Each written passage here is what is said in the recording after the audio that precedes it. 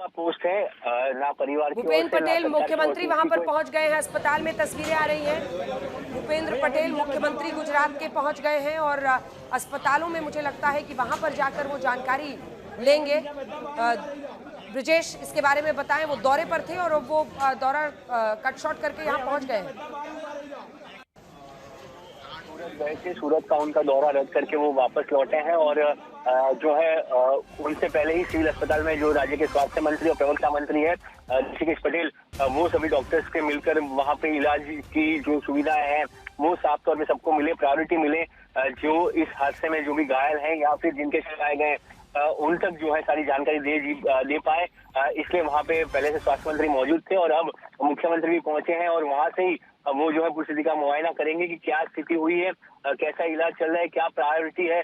क्योंकि देखिए विजय रूपाणी प्लेन में सवार थे, वो सबको पता है उनकी स्थिति कैसी होगी, वो भी जानकारी जो है मुख्यमंत्री वहां पहुंचे तो वहां से वो जानकारी अब जो है वो आधिकारिक जानकारी सामने आएगी। गुजरात के मुख्यमंत्री भी वहां पे पहुंच चुके हैं और कितने लोग थे, कितने लोगों की लाशें लाई गई, क्या इलाज चल रहा है, क्या उनको प्रायोरिटी दी गई है, किस तरह की स्थिति है, जो इंटर्न डॉक्टर्स जो घायल हुए हैं उनकी क्या स्थिति है, वो सारी चीजें अब धीरे धीरे करके सामने आएंगी। मुख्यमंत्री वहां पहुंचे और वहां पे वो रिव्यू करेंगे क्या इलाज चल रहा है। जो भी जो नागरिक थे, विदेशी नागरिक भी इसमें थे, 50 से ज्यादा जो है वो ब्रिटिश नागरिक हैं, पोर्टुगीज नागरिक हैं, उनको भी जो है क्या उनकी स्थिति है, उनको भी किस तरह से जो है वो सहायता मिल पा रही है, इन सारी चीजों की जो मेडिकल एड उनको कैसे मिल रहा है, तो उन सारी चीजों की जानकारी भी ली जाएगी और किस तरह प्रशासन काम कर रहा है उसका भी रिव्यू मुख्यमंत्री करेंगे।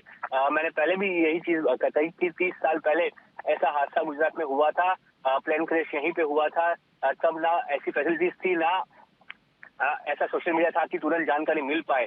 तो अब काफी वक्त बदल गया है पर किसी ने ऐसा भयावह हादसा नहीं देखा था। आज वह हादसा हमने देखा है कि किस तरह की स्थिति होती है जब प्लेन क्रैश होता है और क्या सारी चीजें, क्योंकि हमने विदेश के काफी सारे वीडियो देखे थे, काफी सारी न्यूज भी देखी थी उसकी, पर भारत में और गुजरात में इस तरह का हादसा जो है वो 30 साल के अंतराल के बाद गुजरात में ऐसा कोई भयावह हादसा हुआ है जिसके साक्षी आज हम बने हैं। परिवारजनों पे क्या बीत रही होगी वो हम समझ सकते हैं, पर जो जानकारी सामने आई है वो जानकारी अच्छी नहीं है। जो वीडियो सामने आए हैं वो भी विचलित करने वाले हैं। वो वीडियो में भी जो जिस तरह से लोगों के क्षत लाशें भी हमको दिख रही हैं, तो कहीं से भी अच्छी खबर नहीं आ रही। हम सिर्फ प्रार्थना कर सकते हैं लोगों के लिए, जो परिवार हैं जिनके लोग इस प्लेन में सवार थे उनके लिए हम सिर्फ प्रार्थना कर सकते हैं, क्योंकि जो तस्वीरें आई है वो बेहद डरावनी है। तो अभी हम सिर्फ उनको प्रार्थना के अलावा कुछ नहीं कह सकते, पर प्रशासन की ओर से पूरी कोशिश की गई। 1:30 बजे जैसे ही ये घटना हुई उसके बाद सबको वहां पे पहले वो स्थान को इवैक्यूएट किया गया जहां हादसा हुआ, वहां से लोगों की भीड़ ना हो तो रास्ते बंद कर दिए गए और पूरी तरह से जो है वहां पे लोगों को आना जाना रोका गया और उसके बाद लोगों को रेस्क्यू कर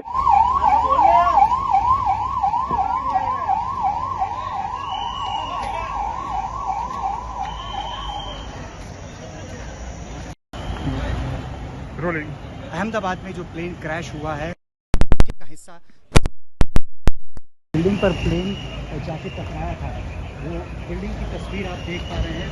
इस बिल्डिंग के ऊपर का जो हिस्सा है वो पूरा तहस नहस हो चुका है।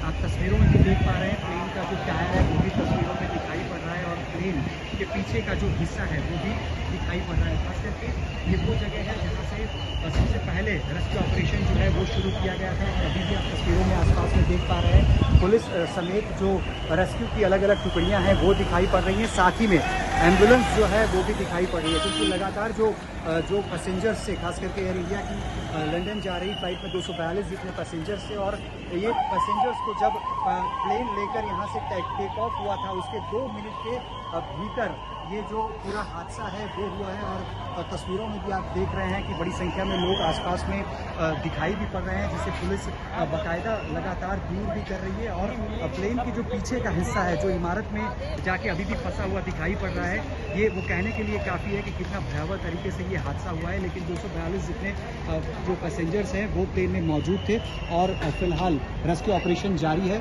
आधिकारिक तौर पर कितने लोग इसमें घायल हुए हैं, कितने लोगों की मौत हुई है, इसकी पुष्टि होने के बाद जो आंकड़ा है वो सामने आएगा। कैमरा पर्सन कृतेश रावल के साथ अतुल तिवारी, आज तक, अहमदाबाद।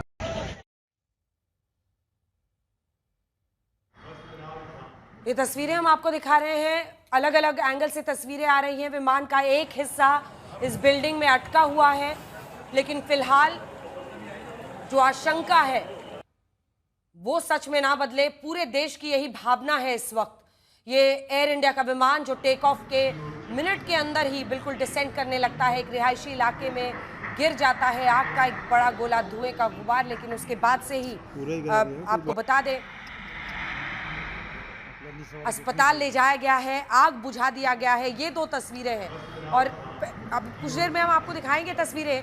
ये जो हॉस्टल के मेस वाले फ्लोर में विमान का एक हिस्सा घुसा, वो दीवारों को तोड़ता हुआ बिल्कुल एक कोने में जाकर अटक गया। नीचे टेबल्स वैसी की वैसी दिख रही हैं, उन पे थाली, ग्लास, प्लेट सब कुछ रखा हुआ है और बिल्कुल धुआं ही धुआं वहाँ पर। मतलब आप सोचिए कि सीमेंट की दीवारें टूट रही होंगी तो कैसा वहाँ पर मंजर रहा होगा। सीमेंट और पूरा जो वहाँ पर है उसका एक पूरा धुआं उसके अंदर भी बन गया। ये 3 तस्वीरें पूरी कहानी बता रही हैं। 242 कुल लोग उस पर सवार थे, जिसमें 12 क्रू मेंबर्स थे, 2 पायलट सहित 169 अगर भारतीय थे, 53 ब्रिटिश नागरिक थे, पुर्तगाल के 7 और 1 कनाडा के।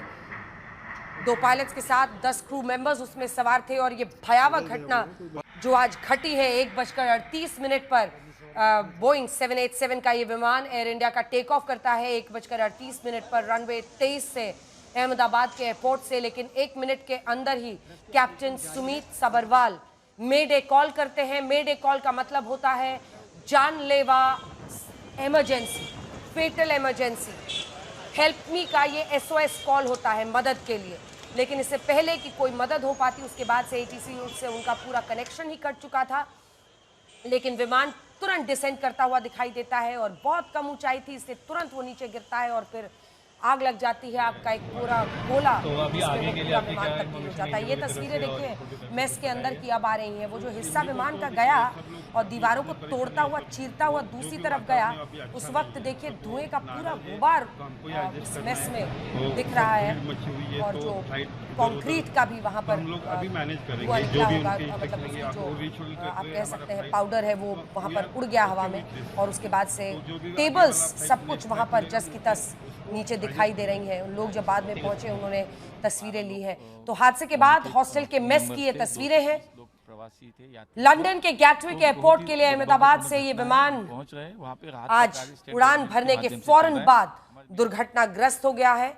ये दुखद और भयावह घड़ी आज पूरे देश के सामने है, जिस पर प्रधानमंत्री नरेंद्र मोदी से लेकर सभी लोग जानकारी दे रहे हैं। राष्ट्रपति द्रौपदी मुर्मू ने हादसे पर दुख व्यक्त किया है। प्रधानमंत्री नरेंद्र मोदी ने कहा है कि शब्दों से परे ये दुख है, परिवार वालों के वो साथ खड़े हैं।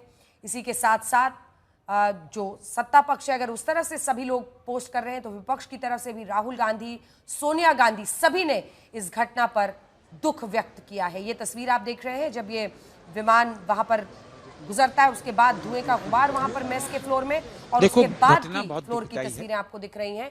टेबल, प्लेट, ग्लास सब वैसे और दीवारें एकदम आर पार खाली। और ये अंत में जाकर ये जो नुकीला हिस्सा है वो वहां पर जाकर अटक गया है। राहत कार्य में यही है कि वहां पर लोग फौरन पहुंच गए, रिहायशी इलाका था और सभी को वहां से निकाल लिया गया है और आग पर काबू पाने की जो तमाम कोशिशें थी और आग पर वही काबू फिलहाल पा लिया गया है।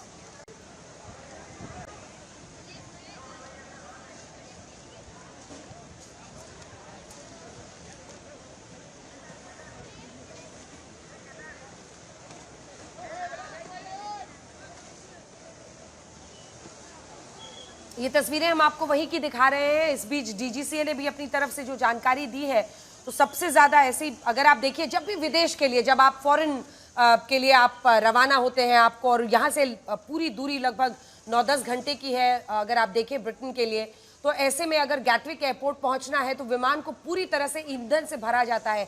एयर टर्बाइन फ्यूल हाईली मतलब आप कह सकते हैं इन्फ्लेमेटरी, जिसमें फौरन आग लग जाती है। इसीलिए ऐसी कोई चीज़ भी जो ज्वलंतशील हो वो आपको लेने की। और ये तस्वीर आप देख रहे हैं इस वक्त सोशल मीडिया के हवाले से, ये तमाम तस्वीरें हम आपको दिखा रहे हैं जो लोगों ने पोस्ट किया है। ये विजय रूपानी जी आपको इस विमान में दिखाए, माफ कीजिएगा, बदरुद्दीन हलाली साहब इस विमान में दिखाई दे रहे हैं।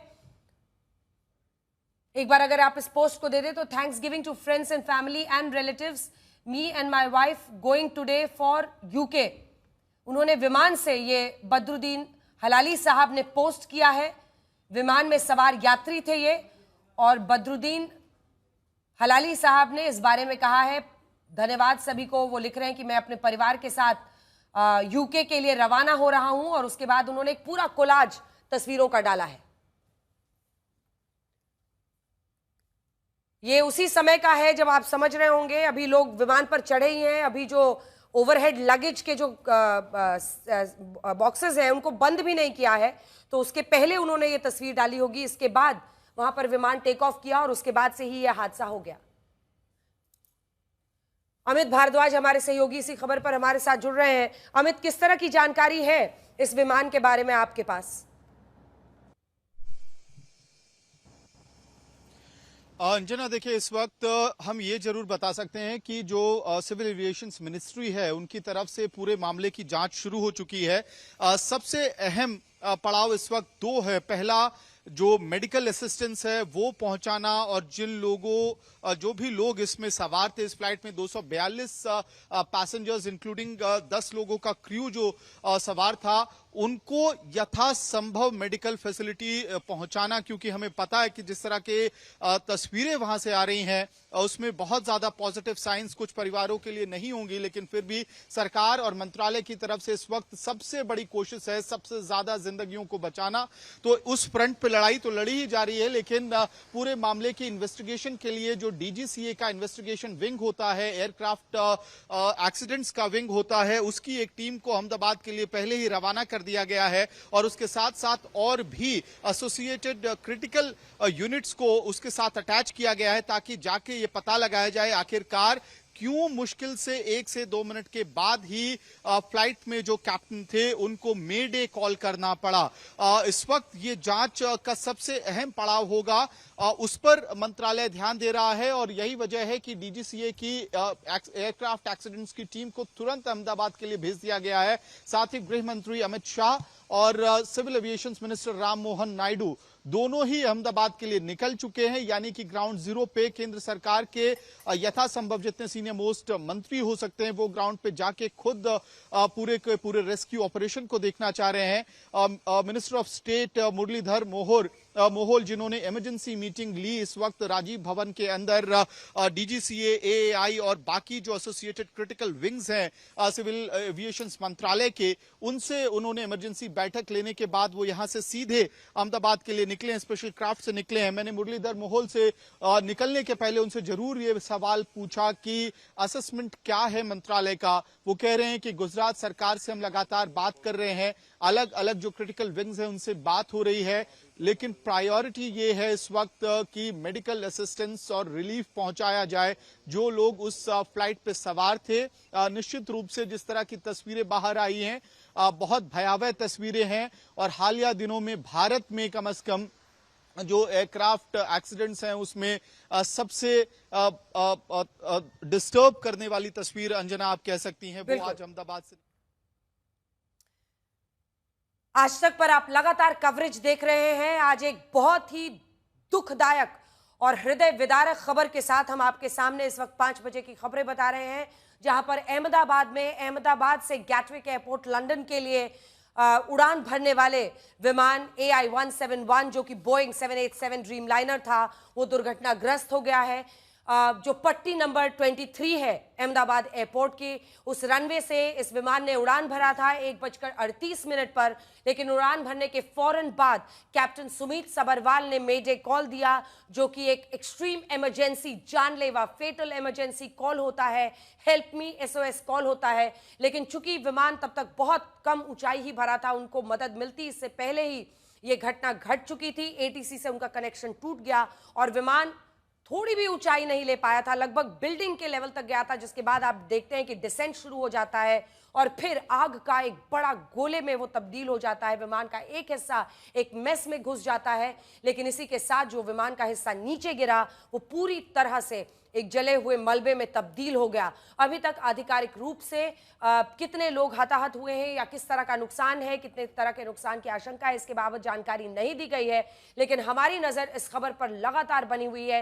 एयर इंडिया की तरफ से जो हेल्पलाइन जारी किया गया है वो नंबर भी हम आपको लगातार दिखा रहे हैं। पूरे देश में इस वक्त सभी की भावनाएं उन परिवार वालों के साथ है जिनके अपने इस विमान पर सवार थे। उनके लिए इस वक्त हिम्मत दिखाने की ये घड़ी है। इंतजार कीजिए, आधिकारिक रूप से अभी कुछ भी नहीं कहा गया है। पूरे देश की प्रार्थनाएं इस वक्त हैं और अगर इसे अभी तक के बड़े विमान हादसों में गिना जाए तो उसमें कोई अचरज नहीं होगा, क्योंकि देखिए औरंगाबाद महाराष्ट्र में 93 में इंडियन एयरलाइंस का विमान फ्लाइट 491 दुर्घटनाग्रस्त हो गया था। 55 लोगों की उसमें मौत हुई थी। चरखी दादरी सबको याद होगा, सबसे बड़ी घटना अब तक की, जिसमें 349 लोग मारे गए थे। पटना बिहार 2000 में जहां पर 60 लोगों की मौत हुई थी। मैंगलोर कर्नाटक जहां 2010 में बड़ी घटना घटी थी। उसके बाद से 242 यात्रियों के साथ कुल लोगों के साथ सवार इस विमान के दुर्घटनाग्रस्त होने के बाद सभी इंतजार कर रहे हैं, प्रार्थना कर रहे हैं। आपको ये बता दें कि कुल जो इसमें यात्री सवार थे उसमें 169 भारतीय नागरिक थे, 53 ब्रिटिश नागरिक थे, 7 पुर्तगाली थे, 1 कैनेडियन थे और इसी के साथ साथ 12 क्रू मेंबर्स थे, जिसमें 2 पायलट्स थे। Pilot in command captain Sumit Sabharwal, जिनके पास 8400 फ्लाइंग आवर्स का एक्सपीरियंस था, और फर्स्ट ऑफिसर क्लाइव कुंदर, जिनके पास 1100 फ्लाइंग आवर्स का एक्सपीरियंस था। देखिए, जब भी विदेश के लिए एक लंबे सफर के लिए जाता है, एयर टर्बाइन फ्यूल पूरा भरा जाता है और बोइंग 787 जो ड्रीम लाइनर है उसमें लगभग 1.25 lakh litre air turbine fuel डाला जाता है। बहुत ही ज्वलनशील ये ईंधन होता है और इसीलिए आप भी जानते होंगे कि ऐसे विमान में कोई भी ज्वलनशील चीज लेकर जाने की इजाजत नहीं दी जाती है, बहुत प्रिकॉशन रखा जाता है। लेकिन आखिर किन वजहों से विमान टेक ऑफ के ही वक्त इस तरह से दुर्घटनाग्रस्त हो गया, इन सब पर हम आपको लगातार कवरेज दिखा रहे हैं, लगातार तस्वीरें दिखा रहे हैं। अस्पताल में क्या हालात है इस वक्त, आइए आपको सीधे लिए चलते हैं, अपने सहयोगी की ग्राउंड रिपोर्ट दिखाते हैं।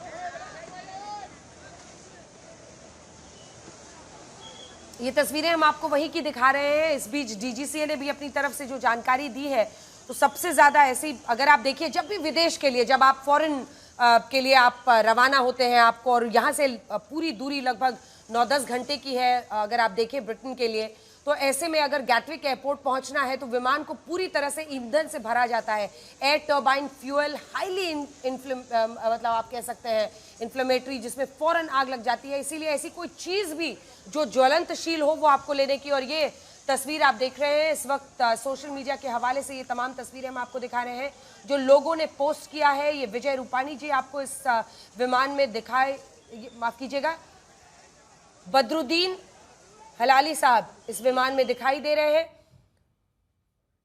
एक बार अगर आप इस पोस्ट को दे दें तो, thanks giving to friends and family and relatives, me and my wife going today for UK. उन्होंने विमान से, ये बदरुद्दीन हलाली साहब ने पोस्ट किया है, विमान में सवार यात्री थे ये, और बदरुद्दीन हलाली साहब ने इस बारे में कहा है, धन्यवाद सभी को। वो लिख रहे हैं कि मैं अपने परिवार के साथ यूके के लिए रवाना हो रहा हूं, और उसके बाद उन्होंने एक पूरा कोलाज तस्वीरों का डाला है। ये उसी समय का है जब आप समझ रहे होंगे अभी लोग विमान पर चढ़े ही हैं, अभी जो ओवरहेड लगेज के जो बॉक्सेस हैं उनको बंद भी नहीं किया है, तो उसके पहले उन्होंने ये तस्वीर डाली होगी। इसके बाद वहां पर विमान टेक ऑफ किया और उसके बाद से ही यह हादसा हो गया। अमित भारद्वाज हमारे सहयोगी इसी खबर पर हमारे साथ जुड़ रहे हैं। अमित, किस तरह की जानकारी है इस विमान के बारे में आपके पास? अंजना, देखिए, इस वक्त हम ये जरूर बता सकते हैं कि जो सिविल एविएशन मिनिस्ट्री है उनकी तरफ से पूरे मामले की जांच शुरू हो चुकी है। सबसे अहम पड़ाव इस वक्त 2 है। पहला, जो मेडिकल असिस्टेंस है वो पहुंचाना, और जो भी लोग इसमें सवार थे, इस फ्लाइट में 242 पैसेंजर्स इंक्लूडिंग 10 लोगों का क्रू जो सवार था, उनको यथासंभव मेडिकल फैसिलिटी पहुंचाना, क्योंकि हमें पता है कि जिस तरह के तस्वीरें वहां से आ रही हैं उसमें बहुत ज्यादा पॉजिटिव साइंस कुछ परिवारों के लिए नहीं होंगी, लेकिन फिर भी सरकार और मंत्रालय की तरफ से इस वक्त सबसे बड़ी कोशिश है सबसे ज्यादा जिंदगियों को बचाना।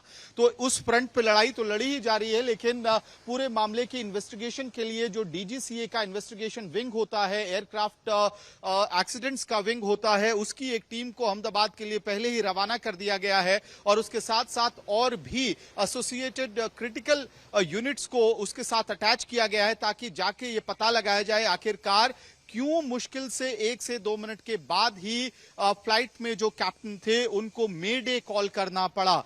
इस वक्त ये जांच का सबसे अहम पड़ाव होगा, उस पर मंत्रालय ध्यान दे रहा है और यही वजह है कि डीजीसीए की एयरक्राफ्ट एक्सीडेंट्स की टीम को तुरंत अहमदाबाद के लिए भेज दिया गया है। साथ ही गृह मंत्री अमित शाह और civil aviation minister Ram Mohan Naidu दोनों ही अहमदाबाद के लिए निकल चुके हैं, यानी कि ग्राउंड जीरो पे केंद्र सरकार के यथासंभव जितने सीनियर मोस्ट मंत्री हो सकते हैं वो ग्राउंड पे जाके खुद पूरे के पूरे रेस्क्यू ऑपरेशन को देखना चाह रहे हैं।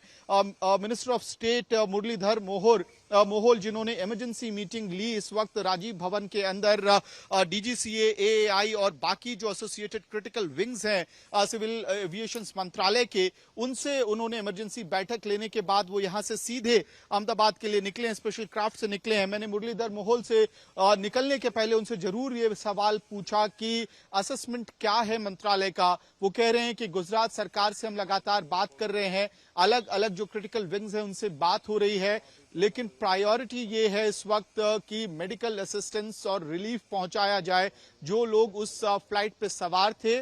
निश्चित रूप से जिस तरह की तस्वीरें बाहर आई हैं बहुत भयावह तस्वीरें हैं और हालिया दिनों में भारत में कम से कम जो एयरक्राफ्ट एक्सीडेंट्स हैं उसमें सबसे डिस्टर्ब करने वाली तस्वीर अंजना आप कह सकती हैं वो आज अहमदाबाद से।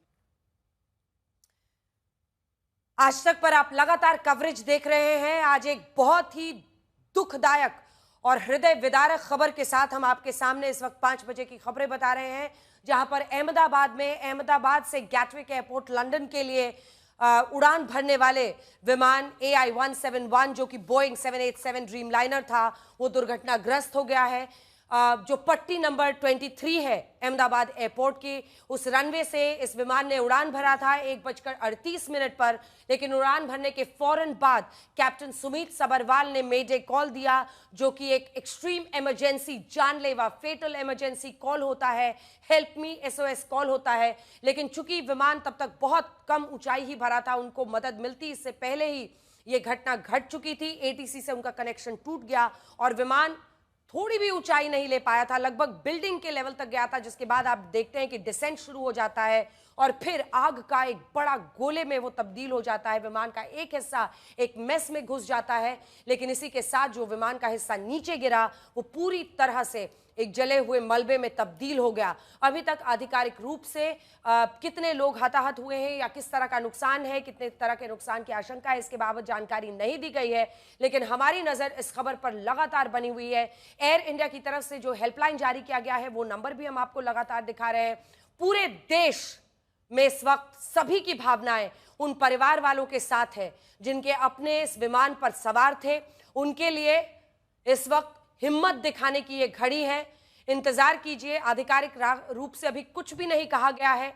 पूरे देश की प्रार्थनाएं इस वक्त हैं और अगर इसे अभी तक के बड़े विमान हादसों में गिना जाए तो उसमें कोई अचरज नहीं होगा, क्योंकि देखिए औरंगाबाद महाराष्ट्र में 93 में इंडियन एयरलाइंस का विमान फ्लाइट 491 दुर्घटनाग्रस्त हो गया था, 55 लोगों की उसमें मौत हुई थी। चरखी दादरी सबको याद होगा, सबसे बड़ी घटना अब तक की, जिसमें 349 लोग मारे गए थे।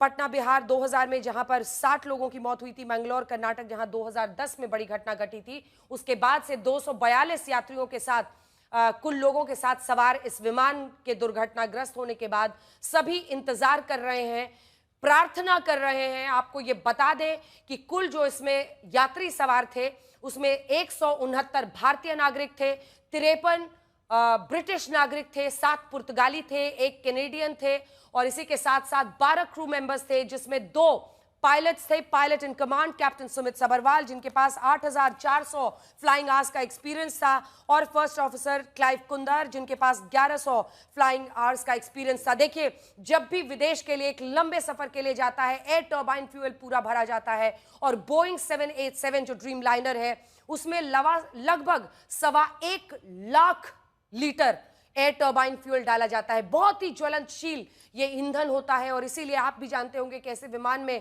कोई भी ज्वलनशील चीज लेकर जाने की इजाजत नहीं दी जाती है, बहुत प्रिकॉशन रखा जाता है। लेकिन आखिर किन वजहों से विमान टेक ऑफ के ही वक्त इस तरह से दुर्घटनाग्रस्त हो गया, इन सब पर हम आपको लगातार कवरेज दिखा रहे हैं, लगातार तस्वीरें दिखा रहे हैं। अस्पताल में क्या हालात है इस वक्त, आइए आपको सीधे लिए चलते हैं, अपने सहयोगी की ग्राउंड रिपोर्ट दिखाते हैं।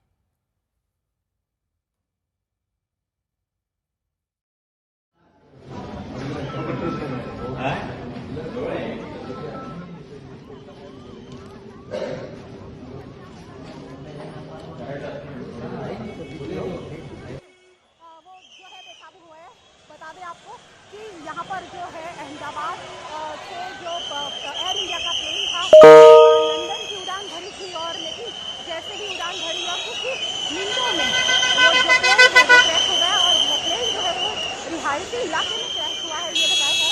और 295 से भी ज़्यादा 295 जितने यात्री थे वो सवार थे उस प्लेन में। और अभी तक जिस तरह से जो माहिती सामने आई है, जो विगत सामने आई है, उसमें यही है कि अभी तक जो है 200 से ज़्यादा की मौत की जो संभावना है वो जताई जा रही है। यहाँ पर जो है अस्पताल के बाहर लोगों जो यात्री सवार थे उनके परिजन जो है वो यहाँ पर पूछताछ करने के लिए आ रहे हैं, क्योंकि उनके परिजन है वो यहाँ पर पहुँचे हैं। हम उनसे किसी से बात करने की कोशिश कर रहे हैं।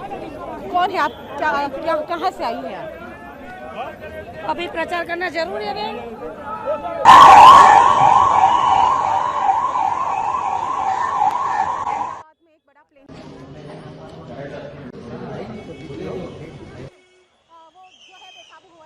बता दें आपको कि यहाँ पर जो है अहमदाबाद से जो एयर इंडिया का प्लेन था लंदन की उड़ान भरी थी और लेकिन जैसे ही उड़ान भरी और कुछ मिनटों में वो जो प्लेन है वो क्रैश हो गया और वो प्लेन जो है वो रिहायशी इलाके में क्रैश हुआ है, ये बताया गया।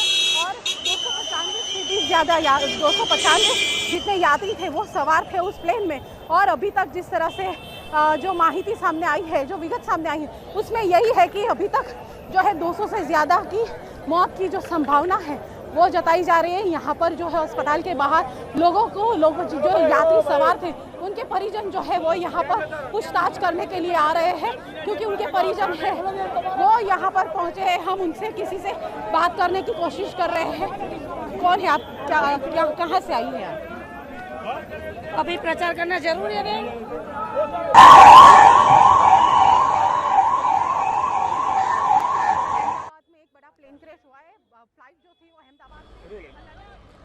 अहमदाबाद में 1:40 को एयर इंडिया की फ़्लाइट जो है उसने 1:38 को उड़ान भरी थी, जो कि क्रैश हुई है। पीछे की तरफ की तस्वीरें आप देख पा रहे हैं। रेस्क्यू ऑपरेशन जो है वो तेज़ी से चलाया जा रहा है। जेसीबी मशीन के माध्यम से जो भी दीवार यहाँ पे तोड़ने की ज़रूरत पड़ रही है उसे तोड़ा जा रहा है, क्योंकि सबसे पहली प्राथमिकता यही है कि प्लेन में जो 242 लोग सवार थे, अगर उसमें से कोई भी जख्मी है तो उसे तुरंत ही निकाल कर उनका रेस्क्यू किया जाए। फिलहाल आप फायर ब्रिगेड की जो टुकड़ी है उसे भी देख पा रहे हैं। पानी छाँट कर जो भी आग लगी है उसे बुझाने की जो कोशिश है वो यहाँ पे की जा रही है। मेरे आसपास की तरफ की तस्वीरें आपको दिखाऊंगा। एयर इंडिया का ये प्लेन था और लंदन के लगभग 240 मुसाफिर इसमें शामिल थे। और आप देख पा रहे हैं जो भी स्पेयर पार्ट्स हैं, प्लेन जब क्रैश हुआ तो प्लेन के जो भी अलग अलग हिस्से हैं वो यहाँ पर टूट के गिरे हुए हैं। और लगातार यहाँ पे एम्बुलेंस की जो सायरन है वो सुनाई दे रही है। कोशिश यही की जा रही है कि जितनी जल्द लोगों का रेस्क्यू हो पाए और लोगों को अस्पताल पहुँचाया जा सके। लोगों की जो सुरक्षा है उसे प्राथमिकता दी जा रही है। यहाँ पे BSF समेत SDRF, NDRF और एयरफोर्स की जो टुकड़ियां हैं उसे यहाँ पे भेज दिया गया है। कमांडो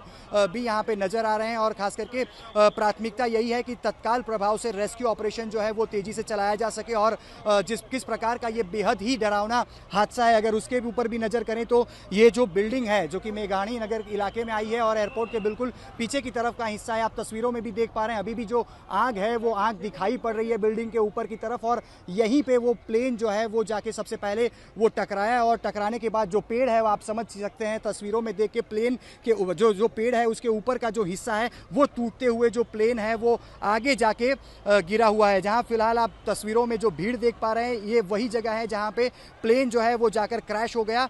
गनीमत यही है कि सीधे तौर पर प्लेन बिल्डिंग में नहीं टकराया, लेकिन प्लेन का जो बाहरी तरफ का जो बाहरी हिस्सा होता है, जो उसके टायर के तरफ की जो उसके विंग्स होते हैं वो यहाँ पे जो बिल्डिंग है उस पे जाके टकराई। और बिल्डिंग के ऊपर की तस्वीरें भी आप देख रहे हैं। चौथा मंजिला इमारत का, जो कि डैमेज हो चुका है। यानी कि स्पष्ट तौर पे हम ये समझ सकते हैं कि प्लेन किस तरह से यहाँ पे आके टकराया। और तस्वीरों में आप देख पा रहे हैं एनएसजी जो कमांडोज हैं वो कमांडो भी यहाँ पे तत्काल प्रभाव से भेज दिए गए हैं। अहमदाबाद पुलिस कमिश्नर और अहमदाबाद सिविल अस्पताल के जो डॉक्टर्स हैं वो भी यहाँ पे मौजूद हैं, जो नर्सिंग कर्मचारी हैं वो भी यहाँ पे मौजूद हैं। सबसे पहली प्राथमिकता यही है कि जो लोग यहाँ पे घायल हुए हैं प्लेन क्रैश में उनको तत्काल यहाँ से रेस्क्यू किया जाए और 200 मीटर की दूरी पर अहमदाबाद सिविल अस्पताल, जो कि एशिया की सबसे बड़ी अस्पताल है, वहाँ ले जाकर उनको सुरक्षित उनका इलाज शुरू कर दिया जाए। कैमरा पर्सन प्रीतेश रावल के साथ अतुल तिवारी, आज तक, अहमदाबाद एयरपोर्ट से सटे हुए मेघानी नगर रहीशी इलाके में प्लेन क्रैश की घटना है वो सामने आई हुई है। फिलहाल तस्वीरों में भी आप देख रहे हैं प्लेन क्रैश होने के बाद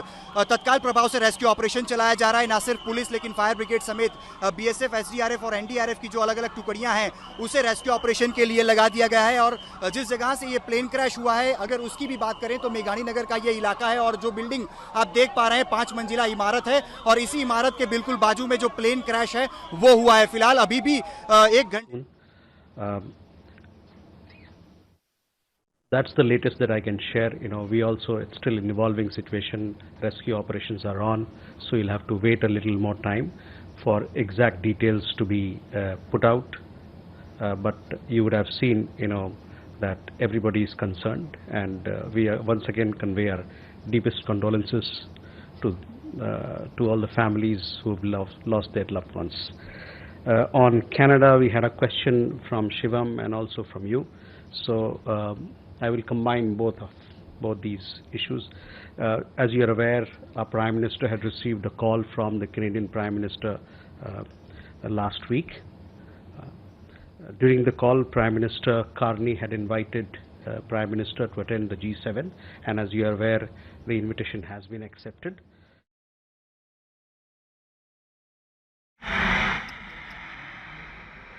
सवारी